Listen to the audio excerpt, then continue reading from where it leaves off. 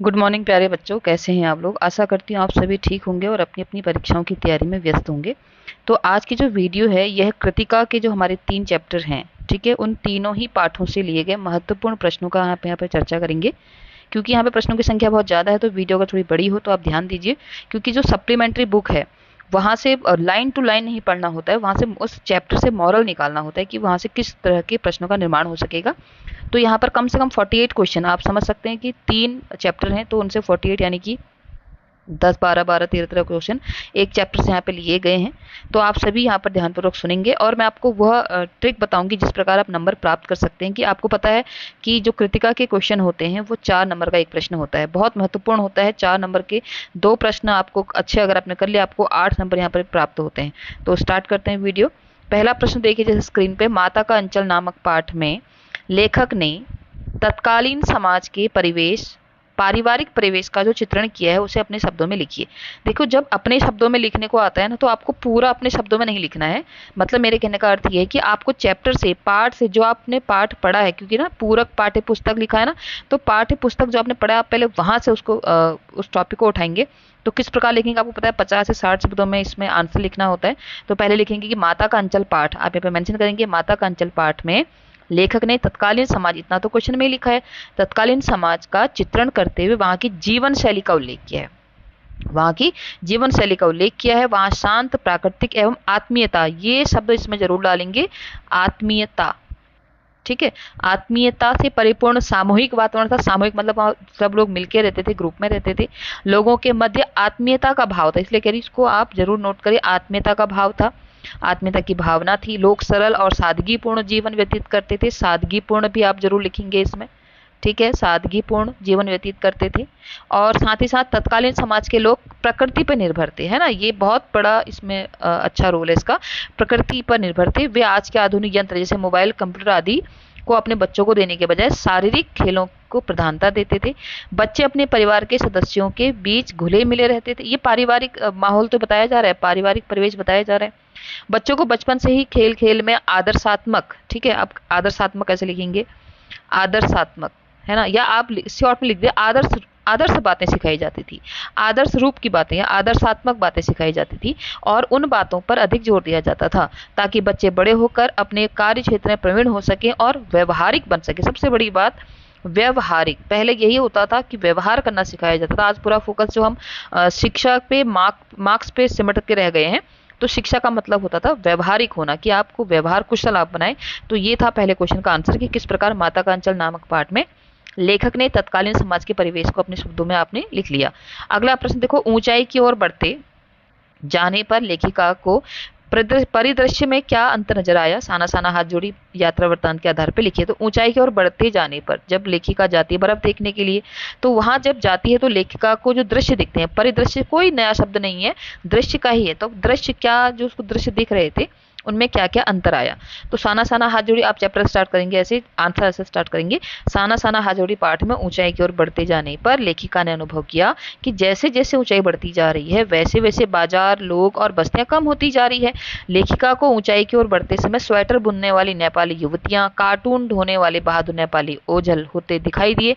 अब ये बच्चे हैं, ठीक है, ये आप पूरी पूरी एनसीईआरटी की लाइन है कि वहां पर स्वेटर बुनती नेपाली युवतियां दिखाई दी। घाटियों में बने हुए घर ताश के बने हुए घरों की भांति दिखाई दी, क्योंकि वो हाइट की तरफ बढ़ रही है, ऊंचाई की तरफ बढ़ रही है, तो गांव छूट रहा है पीछे, घर और जो वहाँ के बाजार हैं, जो बस्तियां वो पीछे होती जा रही हैं। ऊंचाई पर हिमालय अपने विराट रूप में, ठीक है, ये जरूर लिखेंगे, जब ऊंचाई की तरफ बढ़ती है तो हिमालय अपने विराट रूप में दिखाई देता है और ताश के बने हुए घर दिखाई देते हैं, इस प्रकार दिखाई देते हैं, वैभव के साथ दिखने लगता है। वैभव मतलब संपन्नता के साथ हिमालय पूरा दिखाई देने लगता है। ऊंचाई की ओर बढ़ते समय रास्ते संकरे होते जाते हैं। संकरे मतलब छोटे, अब छोटे का मतलब यहाँ पर दूरी में नहीं है, चौड़ाई में है। रास्ते छोटे होते जाते हैं, संकरे इसलिए लिखाया जा रहा है, संकरे आप लिखेंगे, संकरे। और जलेबी की तरह घुमावदार, इस तरह से होते हैं ना, इस तरह से घुमावदार रास्ते होते जाते हैं। और तथा रास्ते बीच बीच में रंग बिरंगे फूल दिखाई देते हैं। तो ये था कि जब ऊंचाई की ओर लेखिका बढ़ती है तो दृश्य में क्या क्या नजर आता है। सबसे पहले तो गाँव, वहाँ के मोहल्ले पीछे छूट जाते हैं, महिलाएं दिखती हैं जो स्वेटर बुन रही हैं, घर ताश के समान, छोटे छोटे घरों के दिखाई देते हैं, ताश के समान दिखाई देते हैं। हिमालय अपने विराट रूप में आ जाता है, वैभव के साथ दिखने लगता है, और ऊंचाई की ओर बढ़ते समय रास्ते संकर और जलेबी की तरह घुमावदार होने लगते हैं। इसको आप 50 से 60 शब्दों में आपको इसको लिखना है। अगला प्रश्न देखिए, हिरोशिमा के बम विस्फोट में हुई क्षति का मतलब होता है नुकसान, को देखकर लेखक को कौन सी घटना याद आई? मैं क्यों लिखता हूँ, पाठ के आधार पर बताइए। तो जब हिरोशिमा के बम के विस्फोट का नुकसान उसने देखा, लेखक ने, ये चैप्टर बहुत अच्छे से पढ़ चुके हैं, तो उस समय इसका मैंने वीडियो भी बनाया, तो आप वहां भी देख सकते हैं इसका चैप्टर का। तो हिरोशिमा के बम विस्फोट में हुई क्षति को देखकर लेखक को कौन सी घटना याद आई? तो जब हिरोशिमा के बम विस्फोट से निकली रेडियोधर्मी तरंगे, इसको लिखेंगे रेडियोधर्मी तरंगे, है ना, इसी से तो हुआ था। रेडियोधर्मी तरंगों के असमय ही असंख्य लोगों की मृत्यु हो गई थी। भाई मृत्यु का कोई समय तो है नहीं, तो असमय ही असंख्य लोगों की मृत्यु हो गई थी। लेखक ने उस विस्फोट का दुख भोगते हुए लोगों को देखा। जब वो आप जापान के, आपको पता है, हमने चैप्टर पढ़ा है, जब वहां जाता है, देखता है, यह देखकर लेखक को भारत की पूर्वी सीमा की घटना याद आती है, वही ब्रह्मपुत्र नदी वाला, ठीक है। तो क्या लिखेंगे, लेखक को भारत की पूर्वी सीमा की घटना याद आ गई। किस प्रकार से सैनिक ब्रह्मपुत्र नदी में बम फेंककर हजारों मछलियों को मार देते थे, जबकि उनका काम थोड़ी सी मछलियों से चल सकता था। इससे जीवों का व्यर्थ ही विनाश हुआ। तो आप याद रखेंगे, जब ये वहां पर वो क्षति को देखता है, नुकसान को देखता है, तो उसको वो वाली घटना याद आती है जो ब्रह्मपुत्र नदी में भारत की पूर्वी सीमा पर जो सैनिक थे वो बम फेंककर हजारों मछलियों को मार देते थे, जबकि उनको थोड़ी सी मछली की आवश्यकता होती थी। तो व्यर्थ जीव का विनाश जो यहाँ पर दिखाया गया। तो अब आगे बढ़ते हैं हम हमारे अगले प्रश्न की तरफ, ठीक है। अगला प्रश्न है, वर्तमान समय में विज्ञान का दुरुपयोग दिन पर दिन बढ़ता जा रहा है, ठीक है। ये चैप्टर है से। तो वर्तमान समय में विज्ञान का दुरुपयोग दिन प्रतिदिन बढ़ता जा रहा है। इसके कारण बहुत सी समस्याओं ने जन्म ले लिया है। मैं क्यों लिखता हूँ, पाठ के आधार पर उन समस्याओं का उल्लेख कीजिए। अब आपको देखो, पहले तो उन दुरुपयोग को भी बताना है, उसके बाद फिर वो समस्या का रूप जो धारण कर लिया उसके विषय में बताना है। मैं क्यों लिखता हूँ पाठ से लिया गया है। तो आप लिखेंगे, मैं क्यों लिखता हूँ पाठ में विज्ञान के दुरुपयोग की चर्चा की गई है। इसमें हिरोशिमा, देखो इसमें तो हिरोशिमा बताया गया ना, तो आप पहले उसको मेंशन करोगे, जिसमें हिरोशिमा के बम विस्फोट का उदाहरण दिया गया है। वर्तमान समय, पहले आप तो चैप्टर से कोरिलेट करोगे, आप जरूर लिखोगे कि हिरोशिमा का जिक्र यहाँ पर किया गया है। अब आ रही है बात वर्तमान समय की, ठीक है। तो वर्तमान समय में विज्ञान का दुरुपयोग कई प्रकार से बढ़ रहा है। आज जैसे आतंकवादी विश्व भर में बम विस्फोट कर रहे हैं। उदाहरण स्वरूप अमेरिका की एक बहुमंजिली इमारत को तहस नहस करना तथा मुंबई में हुए बम विस्फोट इत्यादि घटनाओं को लिया जा सकता है। मतलब आप यहाँ पर एग्जाम्पल भी दे सकते हैं। आंतरिक रूप से एक राष्ट्र दूसरे राष्ट्र को आतंकित और भयभीत करने का प्रयास कर रहा है। कैसा आतंकित, कि मेरे पास ये है ना, परमाणु बमों की जो हम बात कर रहे हैं, न्यूक्लियर पावर की जो हम बात कर रहे हैं, विज्ञान का ही तो दुरुपयोग है। ये किसी भी अस्त्र पर नहीं लिखा होता वो किसके ऊपर प्रहार करेगा, वो किसी के भी ऊपर प्रहार कर सकता है ना। तो ये आंतरिक रूप से एक राष्ट्र और दूसरे राष्ट्र को आतंकित और भयभीत करने का प्रयास कर रहा है। विज्ञान के कारण दिन प्रतिदिन प्रदूषण बढ़ रहा है। विज्ञान के दुरुपयोग से कन्याएं भ्रूण हत्या हो रही है। देखो आप सभी जानते हैं कि लिंग जांच कराना ये विज्ञान का एक आविष्कार है। जैसे वो आविष्कार सिर्फ इसलिए हुआ था कि गर्भ के भीतर पल रहे बच्चे की सुरक्षा जान सकें, लेकिन उसका तो दुरुपयोग हो रहा है ना। यहाँ दुरुपयोग हम बात कर रहे हैं दुरुपयोग की। वे ये नहीं कहते कि विज्ञान गलत है, हम कह रहे हैं कि विज्ञान का दुरुपयोग किस प्रकार हो रहा है। तो बच्चा पता चल रहा है कि उसका लिंग क्या है, और कन्या पता होती है उसकी भ्रूण हत्या हो जा रही है, जिससे जनसंख्या का संतुलन बिगड़ रहा है। किसान कीटनाशक और जहरीले रसायनों के माध्यम से फसलों का उत्पादन कर रहे हैं, जिससे लोगों का स्वास्थ्य खराब हो रहा है। आपको क्या लगता है, गोबर की खाद में और जो यूरिया की जो अन्य जहरीली खादें कह सकते हैं, जो फसल को आप कहते हैं ना कि 4 दिन में फसल तैयार, या 5 दिन में फसल तैयार, या 2 महीने में कोई फसल तैयार, मतलब अगर आप प्रकृति से खिलवाड़ करोगे तो कहीं ना कहीं नुकसान पहुंचाएगी। तो उससे क्या हो रहा है, लोगों का स्वास्थ्य खराब हो रहा है, ठीक है, स्वास्थ्य संतुलन बिगड़ रहा है। किसान कीटनाशक और जहरीले रसायनों का उत्पादन कर रहे हैं, स्वास्थ्य खराब हो रहा है। इसी तरह फ्रिज जैसे उपकरणों के कारण वातावरण में क्लोरोफ्लोरोकार्बन, आप तो सभी साइंस के विद्यार्थी, आपको पता है कि किस प्रकार से क्लोरोफ्लोरोकार्बन जैसी गैसों के उत्सर्जन से गर्मी बढ़ रही है, जिसके परिणाम स्वरूप बर्फ पिघलने का खतरा बढ़ रहा है। जैसे कि यहाँ पर दिखाया गया था कि कटाव की जगह अलावा कहीं और बर्फ नहीं दिखाई दी। भयंकर दुर्घटनाएं दैनिक जीवन का हिस्सा बन गई हैं। साइबर क्राइम भी विज्ञान से जन्मी एक समस्या है। तो आजकल के समय में सबसे ज्यादा जो चल रहा है वो साइबर क्राइम, ये भी तो विज्ञान का ही आविष्कार है जिसका दुरुपयोग किया जा रहा है। तो इस प्रकार से आप इस क्वेश्चन का आंसर लिखेंगे, ठीक है। अगला प्रश्न है, लेखिका ने पहाड़ी श्रमिक महिलाओं के विषय में कहा कि कितना कम लेकर ये समाज को कितना अधिक वापस लौटा देती हैं। साना साना हाजोड़ी पाठ के इस कथन के आधार पर राष्ट्र के विकास में मनुष्य की भूमिका का उल्लेख। बहुत इंपॉर्टेंट प्रश्न है, देखिए आपके बोर्ड एग्जाम में भी आ सकता है ये। तो इस प्रश्न को अच्छे से समझेंगे पहले कि लेखिका ने पहाड़ी श्रमिकों को देखा, वहां पर जो महिलाएं पत्थर तोड़ रही थी, तो वहां पर फिर वो जिते नार्ग से बात भी करती हैं, तो यह हमारी आम जनता है, इस प्रकार से वहां पर चर्चा होती है। तो इसको हम थोड़ा अच्छे समझते हैं। लेखिका ने कथन उन पहाड़ी श्रमिकों महिलाओं को विषय में कहा जो पीठ पर बंधी डोकों में अपने बच्चों को संभालते हुए कठोर परिश्रम कर रही हैं। उसे लगता है कि सुंदरियां बेकार सामग्री का सदुपयोग कर इतना कम लेकर समाज को कितना अधिक लौटा रही है ना। और यह बात हमारे देश की सामान्य जनता पर भी लागू होती है। जो श्रमिक कठोर परिश्रम करके सड़कों, पुलों, जो रेलवे की लाइनें होती हैं उनका निर्माण करते हैं, खेतों में अधिक परिश्रम करके अन्न उपजाते हैं, उनके बदले में हम उन्हें बहुत कम मजदूरी मिलती है, परंतु उनका श्रम देश की प्रगति में बहुत सहायक होता है। वे कम प्रतिदान मतलब उसके बदले में देश के विकास में अधिक योगदान देते हैं। तो यहाँ पर अगर हम राष्ट्र के मानव की बात करें तो आप एग्जाम्पल पहले लोगे चैप्टर से, जो महिला पत्थर तोड़ रही थी उसका उदाहरण लोगे, और यहाँ पर राष्ट्र के विकास में मनुष्य की भूमिका में जब बात आएगी तो आप यहाँ पर वही कहेंगे कि सड़कों का निर्माण, पुलों का निर्माण, रेलवे लाइनों का निर्माण या बहुत बड़ी बिल्डिंग का निर्माण, ठीक है, ये सभी, या आप किसान का उदाहरण दे सकते हैं। इसमें ये जो मानव है, जो मनुष्य है, ये राष्ट्र के विकास में बहुत बड़ा योगदान देता है, जबकि ये हमसे बहुत कम मजदूरी लेता है। इस प्रकार से प्रश्न का आंसर लिखेंगे। अगला है माता पिता का अपने बच्चों के प्रति प्रेम कई प्रकार से अभिव्यक्त होता है। माता का अंचल पाठ में ऐसे बहुत से मार्मिक प्रसंगों का वर्णन किया गया, ऐसे ही कुछ मार्मिक प्रसंगों का उल्लेख कीजिए। तो ये तो बहुत चैप्टर से रिलेटेड है, इसमें कोई वैल्यू बेस्ड इस तरह का नहीं है। आप इसमें जैसे लिख सकते हैं कि पिताजी द्वारा अपनी नुकीली मूछें जो है भोलानाथ के कोमल गालों पर चुभाना, ठीक है, या माँ द्वारा भोलानाथ को तोता, मैना, कबूतर, हंस, मोर आदि के नाम लेकर कौर खिलाना यानी कि खाना खिलाना, चूहे के बिल में पानी डालने पर सांप का निकलना, ये सारी आप ये इस प्रश्न का उत्तर अपने अनुसार लिख सकते हैं, क्योंकि इसमें, लेकिन हाँ, प्रसंग वही होने चाहिए जो चैप्टर में है, आप अपने मन से ना बनाएं। इसमें वही प्रसंग होने चाहिए जहां पर वो माता पिता का अपने बच्चे के प्रति प्रेम दिख रहा है, वो प्रेम दिखना चाहिए, और वो प्रसंग इस चैप्टर से होने चाहिए। बहुत सारे प्रसंग हैं, माना वो राम नाम की जो आटे की गोलियां बनाकर जाते थे तालाब में फेंकने, वो वाला भी लिख सकते हो। तो बहुत सारे टॉपिक आ सकते हैं, ठीक है। अब बढ़ते हैं हमारा अगले प्रश्न की तरफ। अगला जो सेट है, अगला जो हमारा प्रश्न है, ये कहीं ना कहीं उत्तराखंड की परिदृश्य पर ही है। देखो, पहाड़ों पर पुरुषों की अपेक्षा स्त्रियों का जीवन अधिक कठिनाइयों से भरा है। उन कठिनाइयों का निवारण वे कर्तव्य परायणता से ही करती है, मतलब वो अपना ड्यूटी पूरी निभाती है। तो साना साना हाजोड़ी के पाठ के आधार पर आप उदाहरण सहित, सौदाहरण का मतलब होता है उदाहरण सहित स्पष्ट कीजिए। तो पहाड़ों पर पुरुषों की अपेक्षा स्त्रियों का जीवन अधिक कठिनाई से भरा। आप अगर यहीं उत्तराखंड के गांवों को देख लीजिए, तो उत्तराखंड के गांव की महिला सुबह 4 बजे से उठकर रात के 10-11 बजे तक घर के सारे काम करती है, खेत में काम करती है, बच्चों की तरफ भी ध्यान देती है, और सारे अन्य काम करने के बाद अपना कर्तव्य निभाती है।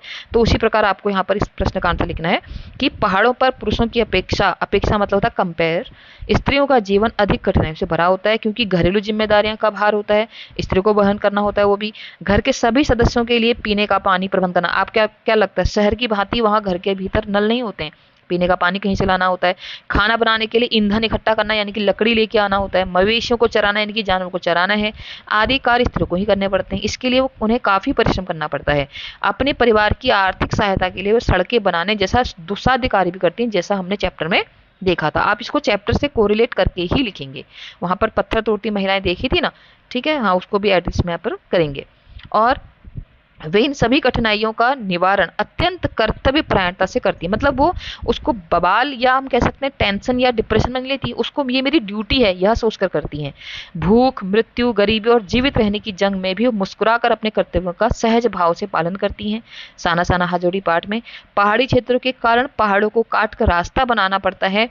पत्थरों पर औरतें बैठकर पत्थरों को तोड़ती हैं, उनके हाथ में कुदाल और हथौड़े होते हैं। कई स्त्रियों के पीठ पर बंधी टोकरी में उनके बच्चे बंधे होते हैं। वे साथ साथ काम भी करते हैं और साथ साथ अपने वात्सल्य का निर्वाह भी कर रही है, अपने बच्चों की देखभाल भी कर रही हैं। इसलिए हम स्पष्टतः कह सकते हैं कि पहाड़ों पर पुरुषों की अपेक्षा स्त्रियों का जीवन अत्यधिक कठिनाइयों से भरा है। इस प्रकार के देखो, आप सारे उदाहरण हमने चैप्टर से भी ले लिए, थोड़ा मॉरल वैल्यू बेस्ड भी ले लिए। इस प्रकार से इस प्रश्न का आप उत्तर लिखेंगे। अब अगला प्रश्न है, माता का अंचल पाठ के आधार पर बताइए कि तत्कालीन और वर्तमान ग्रामीण संस्कृति में आपको क्या परिवर्तन दिखाई देते हैं। देखो, तत्कालीन मतलब होता है जिस संस्कृति का वर्णन चैप्टर में किया गया वो हो गया तत्कालीन, और वर्तमान माने अभी। और इन्होंने हमारे मूल्यों को कितना प्रभावित किया है। इस प्रश्न का उत्तर हम देखते हैं किस प्रकार से लिखेंगे कि माता का अंचल पाठ उपन्यास है ये, ठीक है। 30 के दशक की ग्राम्य संस्कृति को दिखाता है। कब की? 30 के दशक की ग्राम्य संस्कृति को दिखाता है इसमें, जिसमें लोगों के बीच में भाईचारा था, सहयोग और आपसी प्रेम था। बच्चे अपने परिवार के सदस्यों से अत्यंत घुले मिले रहते थे। आज की ग्रामीण संस्कृति में अनेक परिवर्तन दिखाई देते हैं, जैसे सादगी का स्थान चकाचौंध ने ले लिया है ना। अब जो जितना दिखेगा वो उतना बिकेगा, इस प्रकार की प्रणाली अपनाते हैं। चकाचौंध ने ले लिया है, बनावटीपन ने ले लिया है, और व्यवहार और बातचीत में सादगी के स्थान पर चालाकी तथा धूर्तता आ गई। आपको सोचिए, जो सादगीपन दिखाई देती थी, जो सीधापन दिखाई देता था, उसमें चालाकी दिखाई देती है। सुख दुख में परिवार के सदस्य पहले की भांति एक साथ एकत्र नहीं हो पाते हैं। अब संबंधों में भी अपनापन नहीं रहा है, उनमें धन और स्वार्थ आ गया है। इन परिवर्तनों से हमारे मूल्यों को अत्यधिक प्रभावित किया है। देखो प्रश्न था ना कि हमारे मूल्यों को कितना प्रभावित किया है, बहुत प्रभावित किया है भाई। अब लोगों के बीच वह आत्मीयता, मैंने आपसे पहले कहा था, ये माता का अंचल चैप्टर में आत्मीयता अवश्य लिखेंगे। आत्मीयता, प्रेम, सहयोग नहीं दिखाई देता जो तत्कालीन संबंधों में दिखाई देता था। आप चैप्टर से कोई भी एग्जाम्पल ले सकते हैं कि गांव के बच्चे सब खेलते थे, ठीक है, वहां पर किस प्रकार का माहौल था, और आज ऐसा माहौल नहीं है। ठीक है, अगला प्रश्न देखते हैं। जापान में जब हिरोशिमा और उस अस्पताल को देखा जहां रेडियम पदार्थ से आहत लोग वर्षों से कष्ट पा रहे थे, उन्हें देखकर यह प्रत्यक्ष अनुभव हुआ कि अनुभव से अनुभूति, ये बहुत महत्वपूर्ण लाइन है कि अनुभव से अनुभूति गहरी चीज है। मैं क्यों लिखता हूँ पाठ के आधार पर, अपने विषय में, इस विषय में अपने विचार स्पष्ट कीजिए। अनुभव और अनुभूति हम बहुत अच्छे से पाठ पढ़ चुके हैं, तो अनुभव और अनुभूति बतानी है, वो भी जापान में जब हिरोशिमा और उस अस्पताल को लेखक ने देखा। तो जब एक बार लेखक ने जापान जाने पर हिरोशिमा के उस अस्पताल को देखा जहां रेडियम पदार्थ से आहत, रेडियोधर्मी पदार्थ से आहत लोग वर्षों से कष्ट पा रहे थे, इस प्रकार उसे इसका प्रत्यक्ष अनुभव हो गया। उसने सामने से उस घटना को देख लिया, ठीक है। उसे लगा कि कृतिकार के लिए अनुभव से अनुभूति गहरी चीज है। भाई जब आप जिस चीज को फील करोगे, है ना, एक्सपीरियंस एंड फील, एक्सपीरियंस एक अलग चीज है, लेकिन फील जहां से करोगे तो वो बहुत गहरी चीज हो जाएगी। यही कारण है कि हिरोशिमा में सब देखकर भी उसे तत्काल कुछ नहीं लिखा। फिर एक दिन उसने वही सड़क पर घूमता हुआ देखा, एक जले हुए पत्थर पर एक मानव की लंबी उजली छाया। आपने चित्र में भी देखा, आपके चैप्टर में चित्र भी है। उसकी समझ में आया कि विस्फोट के समय वहां कोई खड़ा रहा होगा और विस्फोट से बिखरे हुए रेडियोधर्मी पदार्थ की किरणों से भाप बनकर उड़ा दिया गया होगा। यह देखकर उसे लगा कि समुचित ट्रेजेडी जैसे पत्थर पर लिखी गई है। अणु विस्फोट के वे क्षण उसके मन में साकार हो उठे। तो ये थी वो प्रत्यक्ष घटना, और उन्होंने साबित कर दिया, क्योंकि पहले जब उसने, हमें स्टार्टिंग में पढ़ा था कि वो साइंस का विद्यार्थी रह चुका था, इन सभी चीज़ों के विषय में जानता था, किताबी ज्ञान उसको था, लेकिन व्यवहारिक ज्ञान कि उससे क्या नुकसान हुआ, उसने सारे नुकसान को टीवी न्यूज़ चैनल पे देखा भी था। लेकिन जब वो जापान जाता है और प्रत्यक्ष देखता है सामने से, तब उसको ऐसा प्रतीत होता है जैसे माना कि वो घटना उसके सामने घटित हो रही है। ठीक है, बढ़ते हैं हमारा अगला टॉपिक, ठीक है, अगला सेट। इसमें भी पहला चैप्टर माता का अंचल से है। तो पहला क्वेश्चन है, अपने बच्चों के प्रति माँ का ममत्व उनके प्रत्येक क्रियाकलाप से झलकता है। भोलानाथ की माँ उसके भरपेट खाना खाने के बाद भी उसे थोड़ा और खिलाने का हठ करती है। हठ माने तो जिद करती है। माता का अंचल अध्याय से में आए भोजन खिलाने वाले इन प्रसंग का आप उदाहरण देते विचार स्पष्ट कीजिए। आप बताइए कि जो बच्चों के प्रति माँ का प्रेम हो किस प्रकार झलकता है, उनके क्रियाकलाप से झलकता है। तो आपको बताना है कि इस प्रसंग का उदाहरण देते हुए अपने विचार, आपको बताओ आपको कैसा लगा, है ना। आप इसमें आप अपना पॉइंट ऑफ व्यू जोड़ोगे कि हाँ मुझे अच्छा लगा, या हाँ मैंने भी ऐसा अनुभव किया है। ठीक है, इसको इस प्रकार से कहोगे कि भोलानाथ के भरपेट खाना खाने के बाद भी उसकी माँ उसे थोड़ा और खिलाने का हठ करती है। वह उसके बाबूजी से कहती थी, क्या कहती थी कि आप तो 2-4 दाने करके खिला रहे हैं, बच्चों के मुंह में दे देते हैं और बच्चा सोचता है कि मेरा पेट भर लिया। आप खिलाने का ढंग नहीं जानते, बच्चे को भर मुंह कौर खिलाना चाहिए। माँ के हाथ से खाने पर ही बच्चों का पेट भरता है। माँ के ऐसे व्यवहार से स्पष्ट होता है कि वह अपने बच्चे के प्रति अत्यधिक ममत्व, क्या लिखेंगे, अत्यधिक ममत्व का भाव रखती है। यहाँ पर आपको ये दिखाना है कि जो माँ का प्रेम है वो दुनिया में सबसे निराला प्रेम है, और वो अपने बच्चे के प्रति इतनी सजग रहती है इतनी उसके प्रति चिंतित रहती है कि उसको खिलाने, उसकी देखरेख करना। आपने पूरे चैप्टर में देखा होगा, इसीलिए इस चैप्टर का नाम माता का अंचल है, क्योंकि अंत में जब किसी बच्चे को कोई दुख आता है तो वो किसको याद करता है? अपनी माँ को याद करता है। तो आप अपने विचार देते हुए लिखेंगे कि हाँ, मैंने भी बचपन में इस प्रकार के दृश्य देखे हैं और मुझे भी अपनी माँ का प्यार बहुत अच्छा लगता है। इस प्रकार से आप इसको जो है एंडिंग इसको करेंगे। ठीक है, थोड़ा आपने उदाहरण देने हैं। उदाहरण आपने वो दे दिया कि जब वो माँ खिलाती, जब पिताजी खिलाते हैं तो माँ वैसा बोलती है, और माँ खिलाती है तो माँ के अंदर जो है वो ममत्व भरा हुआ है। इस प्रकार से आप इस क्वेश्चन को लिखेंगे। अगला प्रश्न है, लॉन्ग स्टॉक पर घूमते चक्र के बारे में पूछा तो यह बताया कि यह चक्र इसको घुमाने से सारे पाप धुल जाते हैं। इसमें भारत की एक आत्मा से क्यों दिखी? मतलब जो लॉन्ग स्टॉक व्हील चक्र जो था, व्हील प्रेयर जो था, सॉरी प्रेयर व्हील जो था, तो उसको घुमाते समय वाली जो बात याद आती है आपको, घटना याद होगी, चैप्टर में था, जो जितेन नारगे कहता है ये प्रेयर व्हील है, इसको घुमाने से सारे पाप धुल जाते हैं। तो वहां पर लेखिका सोचती कि चाहे हम धरती के भारत के किसी भी कोने में चले जाएं, सब जगह की आत्मा एक सी है। साइंस कितना ही विज्ञान अपना कितना ही प्रभाव दिखाए, लेकिन अभी भी हमारी सोच, धारणाएं, हमारा विश्वास, हमारा अंधविश्वास हर जगह एक सा है। तो उसको कैसे लिखेंगे? लॉन्ग स्टॉक के घूमते चक्र के बारे में जितेन ने बताया कि यह धर्म चक्र है, इसको घुमाने से सारे पाप धुल जाते हैं। लेखिका को लगा कि मैदानी क्षेत्र में भी ऐसी अनेक मान्यता और विश्वास प्रचलित हैं, जैसे गंगा नदी को माना जाता है कि गंगा नदी में आप नहाओगे तो सारे पाप धुल जाएंगे। कहने का तात्पर्य यह है कि मैदान हो या पहाड़ हो, वैज्ञानिक प्रगतियों के बावजूद इस देश की आत्मा एक जैसी है। यहाँ के लोगों की आस्थाएं, अंधविश्वास, पाप पुण्य की अवधारणाएं और कल्पनाएं, अवधारणाएं जरूर लिखेंगे आप लोग। ठीक है, जब आप अच्छे अच्छे शब्दों का प्रयोग करेंगे, अवधारणाएं, अवधारणाएं एक सी हैं, कल्पनाएं एक सी हैं। इस प्रकार से इस प्रश्न का आंसर लिखेंगे। अगला प्रश्न है, लेखन से जुड़े कलाकारों को बाहरी दबाव प्रभावित करता है, क्या यह अन्य क्षेत्रों से जुड़े कलाकारों को भी प्रभावित करता है? मैं क्यों लिखता हूँ, पाठ के आधार पर लिखाई बताइए। देखो, बाहरी दबाव तो हर जगह है। आपको क्या लगता है, आपके पिताजी जिस प्रोफेशन में हैं और उस प्रोफेशन में अगर माना उनकी कोई रुचि है या नहीं भी है, तो वो कुछ उस कार्य को बाहरी दबाव के कारण तो कर रहे हैं, है ना। कुछ तो हो गया आंतरिक दबाव, जैसे हमने बोला था, चैप्टर पढ़ा है, आर्थिक व्यवस्था हो गई है। इस प्रकार से बाहरी दबाव, तो बाहरी दबाव किस प्रकार के कलाकारों को प्रभावित करते हैं? जैसे उदाहरणतः ले लो आप, गायक, है ना। गायक कब गाता है? जब उसको किसी गाने की फरमाइश दी जाती है। जो नर्तक है यानी कि डांसर जो नाच करता है, वो नाचता है लोगों के कहने पर। अभिनेता, कलाकार आदि अपने दर्शक, श्रोता और आयोजकों की मांग पर कला प्रदर्शन करते हैं।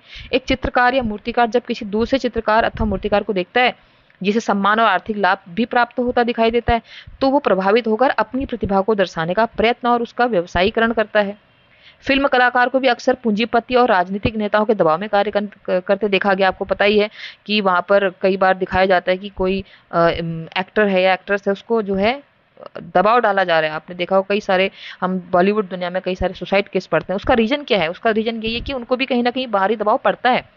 आज स्तरहीन श्रोताओं वह दर्शकों की मांग पर मंच पर फुहड़ संगीत और अभिनय परोसने वाले कलाकारों की कमी नहीं। आपको क्या लगता है, जो ये फुहड़पना, जो अश्लीलता आजकल हम मीडिया में देख रहे हैं या न्यूज में देख, या न्यूज सॉरी जो मूवीज वगैरह होती हैं, न्यूज में भी मुझे दिखाई देता है। क्योंकि जब आप देखो कोई चर्चा चल रही होती है तो एक बहुत ही इरलॉजिकल टॉपिक पर चर्चा चल रही होती है, उसमें मतलब बाल की खाल निकाल, कोई सॉलिड, कोई ऐसा कोई मुद्दा नहीं होता जिसमें आप किसी सरकार की योजनाओं के बारे में बता रहे हो, उसका सर्वे बता रहे हो, आप बहुत अजीब सी चीजें वहां पर डिस्कस करते हो। तो ये सब क्या है? ये मांग है, ये बाहरी दबाव ही है, क्योंकि लोगों को पता है कि लोग क्या देखेंगे। तो कुछ ऐसे फुहड़ संगीत और अभिनय भी किए जाते हैं। मैं क्यों लिखता हूँ, पाठ में यह भी बताया गया है कि कई बार लेखक का मन कुछ और लिखने का नहीं होता, परंतु प्रकाशक और संपादक का आग्रह उसे लेखन के लिए प्रेरित करता है। साथ ही आर्थिक व्यवस्था, जिसकी बात मैंने आपसे सबसे पहले की थी, आर्थिक व्यवस्था भी ऐसे ही कारण है जो लिखने के लिए प्रेरित करती है। तो इस प्रकार से आप लिखेंगे कि अन्य क्षेत्र आप बता दिए मैंने आपको, ठीक है। जैसे क्या क्या हमने बोले थे, जैसे आप गायक ले लें, नृतक ले लें, कलाकार ले लें, चित्रकार ले लें। तो ये प्रकार, ये जो अन्य हर क्षेत्र, आप एक विद्यालय में किसी काम को ले लीजिए, वहां पर भी आपको बाहरी दबाव दिखाई देगा। ठीक है, तो बढ़ते हैं अगले, हमारा अगला प्रश्न है देखिए, अगला प्रश्न है कि पर्यावरण का संरक्षण हमारा नैतिक कर्तव्य है, किंतु लोगों द्वारा इसे भूलने के कारण दिन प्रतिदिन पर्यावरण में परिवर्तन दिखाई दे रहे हैं। साना साना हाथ जोड़ी पाठ के आधार पर चर्चा कीजिए। तो पर्यावरण का संरक्षण हमारा नैतिक कर्तव्य है, ये किस चैप्टर से लिया गया? साना साना हाथ जोड़ी से। पूरा चैप्टर ही पर्यावरण पे था, किस प्रकार लेखिका देखते हैं और किस प्रकार बर्फ को देखने के लिए कटाव तक पहुंच जाती, लेकिन बर्फ जहां दिखती थी वहां मिलती नहीं है। तो युमथांग जब पहुंचती है लेखिका, तो तीस्ता नदी के किनारे वहां के वातावरण को देखकर लेखिका को लगता है कि प्रकृति ने मनुष्य को सुख, शांति, पेड़ पौधे सभी कुछ दिया है, किंतु हमारी पीढ़ी ने प्रकृति की इस लय, ताल और गति के साथ खिलवाड़ किया। आप इसका ज्वलंत एग्जाम्पल ले सकते हैं, उदाहरण ले सकते हैं। जो अभी हमारे यहाँ प्राकृतिक आपदा आ रही है, चाहे उत्तरकाशी में हो चाहे चमोली में हो, वो इसी का ही परिणाम है कि हम जो है प्रकृति के साथ खिलवाड़ कर रहे हैं, अक्षम्य अपराध कर रहे हैं। हम कैसा अपराध कर रहे हैं? अक्षम्य, जिसको क्षमा नहीं, आप इसको जरूर लिखेंगे, अक्षम्य अपराध कर रहे हैं जिसको क्षमा नहीं किया जा सकता। पर्यावरण का संरक्षण हमारा नैतिक कर्तव्य है, किंतु लोगों द्वारा इसे भूलने के कारण दिन प्रतिदिन पर्यावरण में परिवर्तन दिखाई दे रहे हैं। पर्यावरण का संरक्षण ना करने के कारण प्रदूषण की मात्रा बहुत अधिक बढ़ गई है। प्रदूषण के कारण न केवल बर्फबारी कम होगी, आपने देखा जैसे लेखिका कटाव जाती है बर्फ देखने के लिए, ठीक है, और बर्फ कम हो गई है, बर्फबारी कम हो गई है, बल्कि वातावरण में और भी अनेक प्रतिकूल परिवर्तन आ गए हैं। जैसे आप देखेंगे जाड़ों के समय में गर्मी होगी, गर्मी के समय में जाड़ा होगा, बरसात के समय बरसात नहीं होगी। इसमें नदियों का जल प्रदूषित हो रहा है, भूमिगत जल का स्तर गिरता जा रहा है, जिसके फलस्वरूप पीने योग्य पानी की कमी का सामना करना पड़ रहा है। साथ ही ध्वनि प्रदूषण, वायु प्रदूषण, जिसमें मनुष्य अस्थमा, कैंसर तथा उच्च रक्तचाप, बहरापन, अनिद्रा, मानसिक अस्थिरता, आज सभी लोग बच्चे कहते हैं हमारे सर दर्द हो रहा है। ये शोरगुल का प्रभाव है, ये कहीं ना कहीं प्रदूषण का प्रभाव है, ये हमारे खान पान का प्रभाव। तो ये सब कहाँ से आ रहा है? ये सब हमारी जो मनुष्य जो पीढ़ी है, ये जो खिलवाड़ करी प्रकृति है उसके कारण हो रहा है, रोग से ग्रस्त हो रहे हैं। अब देखो नेचर का नियम था कि अंधेरा हो रहा है आपको सोना है, लेकिन आजकल की युवा पीढ़ी क्या करती है? जब अंधेरा होता है तब जागती है, जब उजाला होता है तो सोती है ना। तो प्रकृति के साथ खिलवाड़ करो तो कुछ ना कुछ चेंजेस आपके बॉडी में, कुछ ना कुछ आपके व्यवहार में आएंगे। प्रदूषण के कारण मनुष्य खुशहाल तथा निरोगी जीवन से दूर होता जा रहा है। तो इस प्रकार से आप इस क्वेश्चन का आंसर लिखेंगे। नैतिक कर्तव्य भूलते जा रहे हैं और ये सब चीजें करते जा रहे हैं, ये लिखना है। हाँ, अगला प्रश्न है, भोलानाथ एवं उसके मित्र सरल खेल खेलते थे, उन्हें लोगों को चिढ़ाने में भी मजा आता था, उनके द्वारा की गई ऐसी शरारतें क्या दर्शाती? ये जो इन भोलानाथ का इसमें खेल हो बिल्कुल मेरे खेलों को समान था। हम भी ऐसे सरल खेल खेलते थे, हम भी लोगों को आते जाते चिढ़ाते थे, उसी में हमको मजा आता था। तो ये शरारतें क्या दर्शाती हैं? भोलानाथ और उसके मित्र खेल सरल होते थे। कैसे सरल होते? विभिन्न खेल खेलते, जैसे मिट्टी की मिठाइयाँ बनाना, घरौंदा बनाना, खेती करना, मतलब उन्होंने जो देखा खेल खेलते, बारात का जुलूस निकालना, कनस्तर को तंबूरा बजा के देखो इसमें ना खर्चा हो रहा है, ना किसी को ये फील हो रहा है कि मेरे पास छोटा खिलौना है, मेरे पास बड़ा खिलौना है, मेरे पास हाथ से चलने वाला है, मेरे पास मशीन से चलने वाला, ऐसा कुछ इसमें भाव नहीं आ रहा है। वे सब खेल बाल सुलभ भोलापन और सरलता के ही परिचायक हैं। परिचायक मतलब होता है प्रूफ है, परिचायक परिचायक हैं। उनके द्वारा की गई शरारतें जैसे मोशन तिवारी को चिढ़ाना, चूहे के बिल में पानी डालना आदि बाल सुलभ स्वभाव को दर्शाती हैं। तो आप इसमें ये लिखेंगे कि ये बाल सुलभ स्वभाव को वो क्या दर्शा रही हैं? वो बाल सुलभ मतलब जो बालपन की जो अवस्थाएं होती हैं उसको दर्शा रही हैं, बाल सुलभ अवस्थाएं दर्शा रही हैं। ठीक है, इस प्रकार से आप लिखो कि जो बचपन में बच्चों का भाव होता है, इन खेलों से उनका भाव दिखाई देता है। अगला प्रश्न है, वर्तमान समय में मनुष्य अपने झूठे अहम के कारण किसी भी सीमा तक जा सकता है, वह अपने कृत्य से होने वाली हानि का विश्लेषण नहीं करता। मैं क्यों लिखता हूँ, पाठ के आधार पर बताइए। अब देखो झूठा अहम ही तो है कि हम अगर हम किसी प्लेनेट पे पहुंचना चाहते हैं तो हम विज्ञान की प्रगति को दिखाना चाहते हैं। आपको क्या लगता है कि जो चीज प्रकृति ने छुपा के रखी है उसको देखना, उसको खोजना क्या हमारे लिए हर स्थिति परिस्थिति से सही होगा? बिल्कुल नहीं। तो इस क्वेश्चन का आंसर आप कैसे लिखेंगे कि वर्तमान समय में मनुष्य अपने झूठे अहम के कारण किसी भी सीमा तक जा सकता है, वह अपने कृत्य से होने वाली हानि का विश्लेषण नहीं करता। आप जैसे हिरोशिमा नागासाकी वाला सोच लीजिए, ठीक है, या आज बिल्डिंग का निर्माण हम कर रहे हैं, रोडों को बनाने के लिए, मेट्रो के बनाने के लिए पहाड़ काट रहे हैं, पेड़ काट रहे हैं, अपितु अपने अहम के झूठे जो है संतुष्टि के लिए मानवता विरोधी कार्य भी हम कर रहे हैं। जैसे हमने माना कोई ऐसा बड़ा हथियार बना दिया, ऐसी कोई गैस बना दी, ऐसा कोई वायरस बना दिया जो कहीं फैलते ही, जैसे हमने कोरोना टाइम पर हमने ये भी कयास लगाए थे कि चाइना द्वारा फैलाया गया ये वायरस है। इस प्रकार मतलब ये मानव विरोधी तो है। हम ये भी नहीं सोच रहे कि ये वायरस हम पे हमारा नाम थोड़ी पूछेगा, वो तो कहीं भी जाएगा, उसको भी उसको नुकसान पहुंचाएगा। जैसे लेखक ने मछलियों का उदाहरण यहाँ पर दिया है कि मछलियों का उदाहरण देकर बोला ना कि ब्रह्मपुत्र में किस प्रकार से, तो मनुष्य अपना अहम सिद्ध करने के लिए किसी भी सीमा तक जा सकता है और वह भूल जा रहा है कि उसके कृत्य से होने वाली हानि कितनी हो रही है। जैसे ब्रह्मपुत्र का एग्जाम्पल आप इसमें डाल सकते हैं कि जो सैनिक थे उनको कुछ मछलियों की आवश्यकता थी, लेकिन वो ज़्यादा पूरे तालाब में, पूरे ब्रह्मपुत्र नदी में फेंक देते हैं और वहाँ बहुत सारा जो है जो जल जीव होता है उनका नाश होता है। तो इस प्रकार अभी आगे के कुछ और सेट हैं वो हम अगली वीडियो में करेंगे। आज हमने इतने क्वेश्चन किया, अब इनको सॉल्व कीजिए, समझिए। इसी में कहीं ना कहीं हम पूरा चैप्टर लेंगे और आगे एक सेकंड पार्ट इसका जरूर आएगा, उस पर ध्यान देंगे। तो आज के लिए इतना ही। आप सभी का दिन शुभ हो। बहुत बहुत धन्यवाद।